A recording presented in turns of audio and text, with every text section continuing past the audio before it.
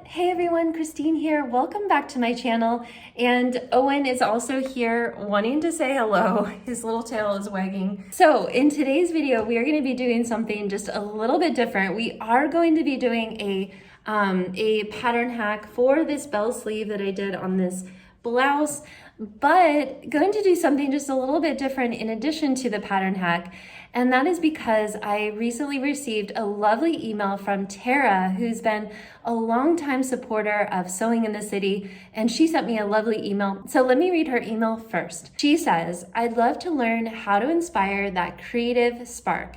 I've never been into fashion or paying attention to what people wear, so this is kind of new for me. Maybe you can take us on a journey showing what sparks your ideas and then walk us through finding the right fabric combo to make it happen." So when I received this email, it really made me think, because maybe you're the same, where you have, you think of a sewing project or something you want to make, and it kind of seems to come out of nowhere. Like a lot of times I don't really know exactly where the inspiration comes from exactly.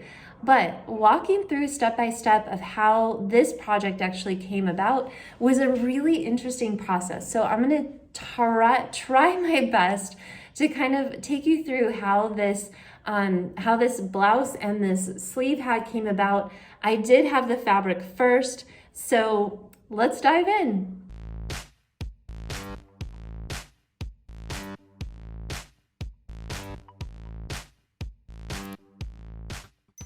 So this top at the very start started with fabric. So I received this fabric from Minerva Crafts, and it is listed on their site as a sweater stretch knit fabric, ecru and charcoal. So that's how I ordered it, thinking that it was pretty stretchy, stretch knit. So in my mind, I was imagining like a jersey knit with a lot of stretch. And inside scoop, I have a new pattern that I'm working on designing. That is it's a form-fitting dress made for stretch knits. So I saw this fabric and thought, that's gonna make a killer dress, really, really cool in this fabric. So that's what I had in mind when I actually bought this fabric. So thinking it was a stretch knit, thinking that it would make an amazing form-fitting dress. When it came, I was a little bit stumped actually, because this fabric, because I was gonna make a dress, I got 3 yards. So I have some extra, which I'll make something else out of. But this fabric, when I got it, it actually has the weight of almost like a cashmere, if you've ever had one of those really beautiful cashmere scarves or whatever, it is actually like a sweater knit. It's really almost kind of fluffy on one side, and it's really lightweight. And stretch, hardly has any, very, very minimal stretch. And because it's so lightweight, you can kind of see my bra. I'm wearing a white bra.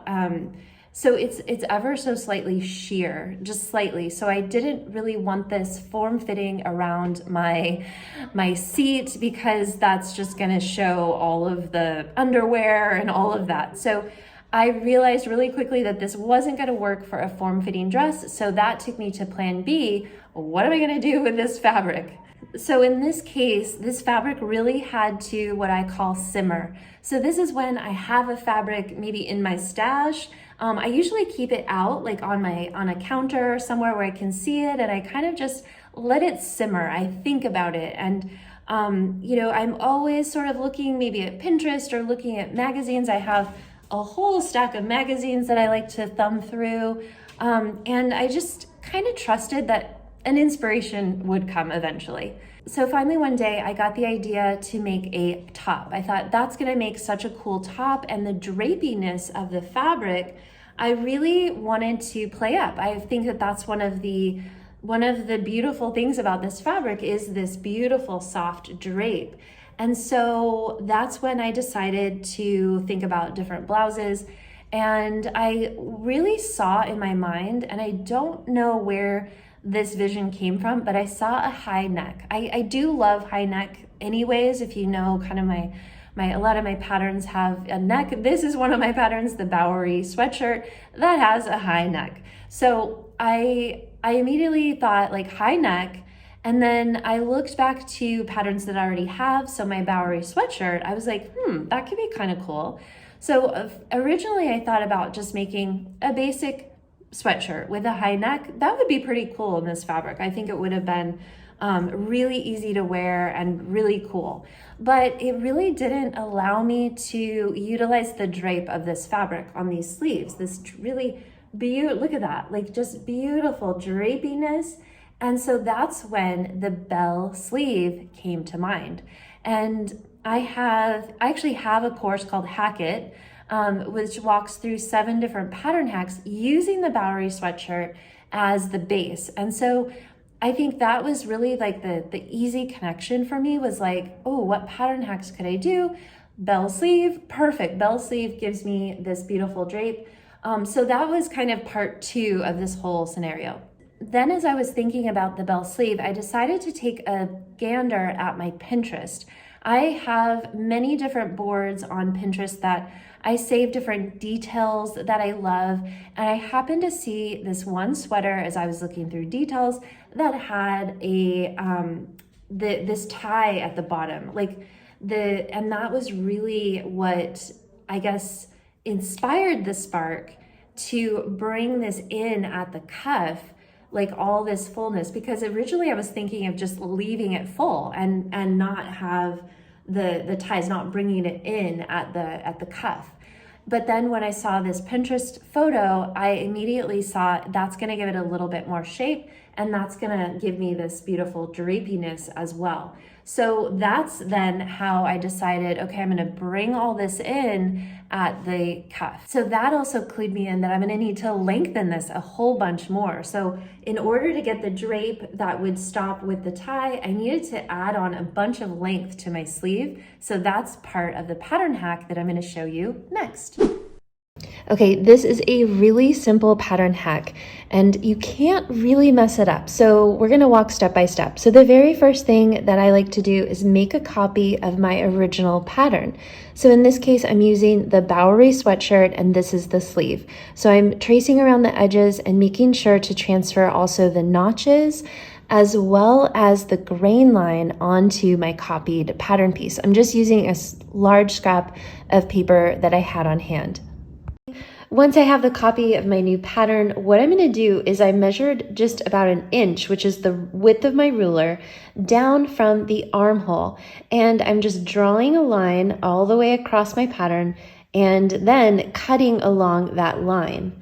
Okay, this is the part that I would have done differently if I could do it over. So I measured down about 1 inch from the underarm of my sleeve, and that's where I started adding fullness with the bell.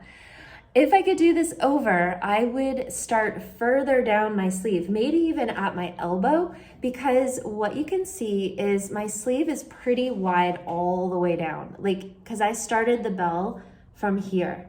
And so I have all this width here, which is just a little bit baggy. I don't mind it, but if I could do it over, I would do it differently. I would probably start the bell fullness, at my elbow, I think. So this would have been slim, and then you would have gotten the fullness just at the bottom, which I think would have given me this blouse just a little bit more definition on the upper body.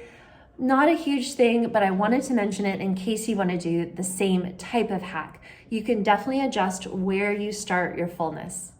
Now that we've cut our sleeve into 2 parts, top and bottom, I'm going to take the remaining bottom part and fold it in half and then fold up another bit, about 1 inch again. So really all I'm doing is just creating some straight lines that then I can trace in with my ruler. So I'm drawing 3 lines on this paper and they should be parallel with your grain line. Then you just want to cut along the lines that you've drawn all the way up to just leaving about 1/8 of an inch at the very top there. So you kind of create a hinge effect at the top. So we're not cutting these all the way through, we're just leaving a little bit at the top. So now I've laid down another fresh sheet of large paper, and I'm going to place my 2 sleeve sections on top of this fresh paper. The first thing I want to do is tape down the top portion of my sleeve, and it's important to make sure you leave enough room around because we're going to be flaring out the bottom of the sleeve. So leave yourself plenty of room around the top portion of your sleeve. Then I took the bottom portion and I'm fanning it out just a bit in order to spread the bottom of my sleeve. I'm leaving 2.5 inches between them, and that creates the width of my bell sleeve. Then I measured 6 inches down from the bottom of my sleeve in order to create that extra length that I need for my bell sleeve to kind of gather at the bottom of my wrist. Then if you need to connect any of your cutting lines on the side of your sleeve, you can do that. Just drawing a new cutting line as close to the original as you can, connecting the lower and upper parts of your sleeve. So here's what the finished pattern piece should look like. Again, I added 6 inches to the bottom, and each of my little cuts are about 2.5 inches apart. Okay, so that's it for me today. I would love to know what you thought of this style of video. So do you like having some of the kind of backstory about the inspiration from a project? Is that helpful to you, or would you rather me just get straight into the technique? Let me know below. I'd love to hear your thoughts. And if you love pattern hacking and making your own patterns and working with knits, take a look at this video I did a while back of how you can make your very own knitted skirt without a pattern. And I'll see you next time. Okay, bye.